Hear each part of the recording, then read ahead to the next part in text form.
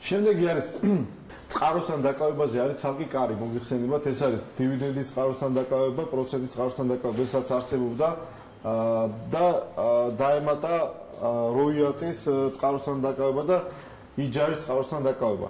ესე იგი, წყაროსთან ყავდება თუ ვინმე მეწარმე ფიზიკური პირი ან იურიდიული პირი უხდის ვინმეს როიალტს, მაგ შემთხვევაში უკვე წყაროსთან იბეგრება. და შემოდის იჯარაც ასევე, როგორც წყაროსთან დაბეგრის ობიექტი. თუ იჯარის საფასურს უხდის იურიდიული პირი, ფიზიკური პირი, ან მეწარმე ფიზიკური პირი, ფიზიკური პირი, ამ შემთხვევაში აუცილებლად წყაროსთან უნდა დაუკავდეს ეს გადასახადი. ამასთან დაკავშირებით უბრალოდ თავში ის არ იმას ვიქნია, რომ აქცენტი არ გამიკეთებია საშემოსავლო გადასახადის ნაწილში. გადასახადის განაკვეთი წერია 15%, მაგრამ იურიდიული ტექნიკის თვალსაზრისით გარდამავლებულებში წერია 20%. ადრე თუ იჯარა იბეგრებოდა 12%, ეხლა ყველა 12%-იანი განაკვეთები აღარ არსებობს პრაქტიკულად.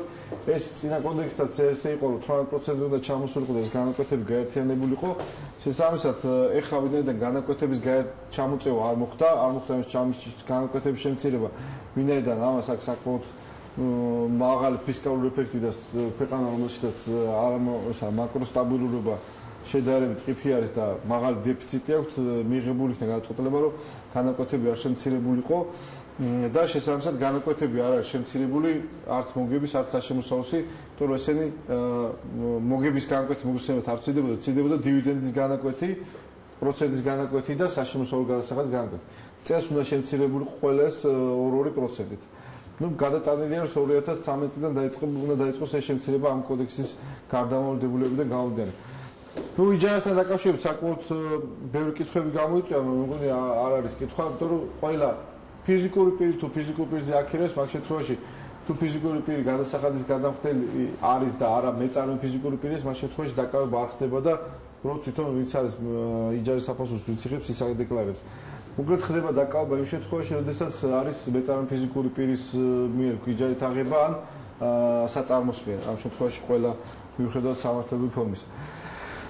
შემდეგი არის არეზიდენტის წყაროსთან დაბეგრა, ეს არის მოგიხსენებათ თვითონ ამავე მუხში არსებობს არეზიდენტის საქართველოს ტერიტორიაზე გაწეული მომსახურება, რაიც რომ ეს არსებობდა ზოგად ნაწილში, ახლა ეს გამოტანილია ძირითად ნაწილში და თუ არეზიდენტი უწევს საქართველოს რეზიდენტს მომსახურებას და იმ მომსახურების სახეებში ჩაჯდა, რომელიცაც ითვლება საქართველოს ტერიტორიაზე გაწეული მომსახურება. ესე იგი 104 მუხლის დებულებში თუ ჩაჯდა ის მომსახურება, რომელიც გაუწია არეზიდენტმა საქართველოს რეზიდენტს, მაშინ ეს მომსახურება იბეგრება გადახდის წყაროსთან. ესე იგი, რაც არის ხელშეკრულებით განსაზღვრული თანხა, იმას აკრდება 15% და ისე ერიცხება არეზიდენტს. ეს არის შემთხვევა, როდესაც იგივე აქვს დაგეგეს უკვე დაბეგრა, იგივე აქვს რაც მოგებას და საშემოსავლოს წყაროსთან დაკავება, რომ ვინმე არეზიდენტმა არ გაწევს საკონტროლო ეკონომიკის საქმიანობა ან მომსახურება, რომელიც არ დაიბეგრა საქართველოში. თავში გითხარით, რომ რა იბეგრება მოგება საშემოსავლოდ, იქ კაფეოთ არის, რომ არეზიდენტის საქართველოში მიღებულ შემოსავლად, მაგრამ ამ შემთხვევაში გადახდის ვალდებულებას ასრულებს პირი, რომელიც უხდის არეზიდენტს. ესე იგი წყაროსთან უკავებს. აქაც განაკვეთი გაზრდილი არის 10-დან 15%-მდე. აქ არ არის გამოქვეყნების შესული და საერთაშორისო გადაზიდვები და საერთაშორისო კავშირში გამულობის შემთხვევაში მომსახურების გაწევისას იგივე წყაროსთან დაკავება ხდება, ოღონდ 4% ამ შემთხვევაში გაზრდილი 10%-მდე. ეს არის შემთხვევები და ეს არის ფაქტები, როდესაც წყაროსთან დაკავება ხდება. წყაროსთან დაკავება ძირითადში ხდება იმ შემთხვევაში, როდესაც არ არის ორმაგი დაბეგრის ხელშეკრულება. ჩვენ გვაქვს სხვა ქვეყნებთან ევროკავშირის პრინციპში ყველა ქვეყანასთან ორმაგი დაბეგრის თავიდან ნაცვლების შესახებ ხელშეკრულება, რომლის მიხედვით თუ იქაური რეზიდენტი, მაგალითად საფრანგეთის რეზიდენტი მომსახურებას ეწევა საქართველოს ტერიტორიაზე, მაგ შემთხვევაში უნდა მოიტანოს